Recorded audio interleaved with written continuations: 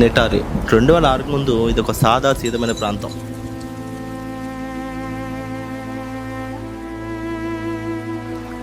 కానీ ఆ తర్వాత ఈ పేరు దేశం వింటేనే ఉరుకుబడింది. పసిపిల్లలు మాయం కావడం, రోజుల తరబడి తల్లుల కన్నీటి వేదన, చివరకు ఆ ఇంటి వెనక బయటపడిన అస్థి పంజరాల కుప్ప, ఇవన్నీ ఒక భయంకరమైన కళలా మిగిలిపోయాయి. ఈ కేసు కేవలం ఒక హత్యల గురించి మాత్రమే కాదు, మన వ్యవస్థలో ఉన్న నిర్లక్ష్యం, పేదల ప్రాణాలకున్న విలువ మరియు న్యాయం కోసం దశాబ్దాలుగా వేచి చూసిన ఒక బాధిత కుటుంబం యొక్క ఆవేదన. ఈ రోజు మన వీడియోలో నెటారి కేసు అనుకున్న పూర్తి సత్యాన్ని, ఆనాటి బేభత్సాన్ని మరియు ఈ న్యాయ పోరాటం చివరికి ఎక్కడ చేరుకుందో వివరంగా మాట్లాడుకుందాం. ఈ కథ మొదలైంది 2005లో.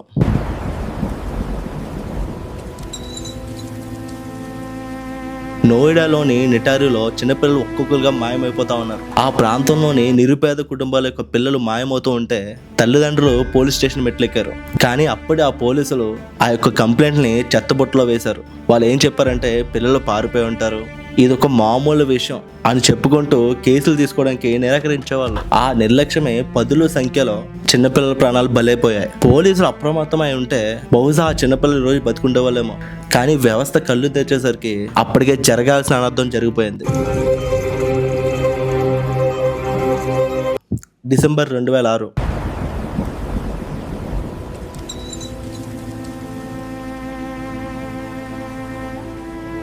ఒక చిన్నారి అదృష్టం కేసులో భాగంగా పోలీసులు గాలిస్తుండగా నెటారి సెక్టార్ 31లోని ఒక ఇంటి వెనుకున్న డ్రైనేజీలో ఎముకల కుప్పలు బయటపడ్డాయి.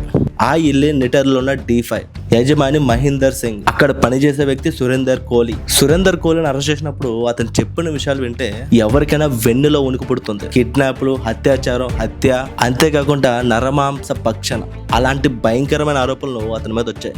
మీడియా అప్పట్లో దీన్ని హౌస్ ఆఫ్ హర్రర్ గా గుర్తించింది. ఈ కేసులో అసలైన సమస్య సందేహం, బెనిఫిట్ ఆఫ్ డౌట్. ఒక కేసులో నిందితుడు అంతకుడని మనకు అనిపించవచ్చు, కానీ కోర్టుకు కావాల్సింది సాక్ష్యం. దర్యాప్తు అధికారులు సేకరించిన ఎముకల నమూనాలు, DNA పరీక్షలు మరియు నిందితుల స్టేట్మెంట్లు, వీటి చైన్ ఆఫ్ కస్టడీని, అంటే సాక్ష్యం ఎక్కడెక్కడ ఉందో తెలిపే వరుస క్రమం, వీటిని సరిగ్గా చూపించలేకపోయారు. అంటే అంతకుడు ఎవరో తెలియక కాదు, ఆ అంతకుడు శిక్షించేలా ఆధారాలను భద్రపరచడంలో మన వ్యవస్థ విఫలమైపోయింది. చట్టం ముందు అనుమానం కంటే నిరూపణ ముఖ్యం. ఇక్కడే దర్యాప్తు సంస్థలు వెనుకబడ్డాయి. సుదీర్ఘ కాలం పాటు కోర్టులో కేసులు నడిచాయి. ఈ కింది కోర్టులు నిందితులకు మరణశిక్షలు కూడా విధించాయి. కానీ 2023 అక్టోబర్లో అలహాబాద్ హైకోర్టు ఇచ్చిన తీర్పు దేశాన్ని విస్మయానికి గురిచేసింది. సాక్ష్యాలు లేవు, దర్యాప్తు పద్ధతి తప్పు అంటూ నిందితులను నిర్దోషులుగా ప్రకటించింది. 17 ఏళ్ల సుదీర్ఘ పోరాటం చివరకు ఎటు దారితీస్తుంది. దోషులుగా పరిగణించిన వారు బయటకు వస్తే ఆ పిల్లల ప్రాణాలకు బాధ్యత ఎవరిది? న్యాయం అంటే కేవలం తీర్పు ఇవ్వడమే కాదు, బాధితులకు ఆ తీర్పులో నమ్మకం కల్పించడం కూడా. చట్టం తన పని తాను చేసుకుంటూ వెళ్తుంది, కానీ ఆ పిల్లల కోసం 17 ఏళ్ల పాటు కన్నీళ్లతో ఎదురు చూసిన తల్లిదండ్రుల పరిస్థితి అంటే తమ బిడ్డలను కోల్పోయిన బాధ ఒకవైపు, నిందితులు బయటికి రావడం మరోవైపు.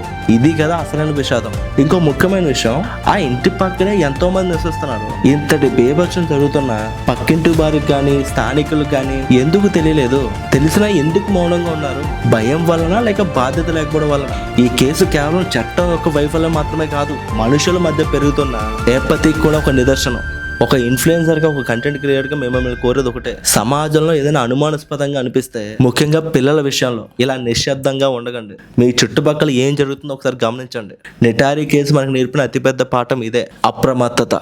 వ్యవస్థ మారే వరకు వేచి చూడడం కంటే దేశ పౌరులుగా మన బాధ్యతాయుతంగా ఉండడం మంచిది, ఉండడం ముఖ్యం కూడా. ఇలా చూసి చూడనట్టు ఉండకండి, మీ గొంతు నెత్తండి. అది ఒక్క ప్రాణాన్ని కాపాడినా మీరు విజయం సాధించినట్టే.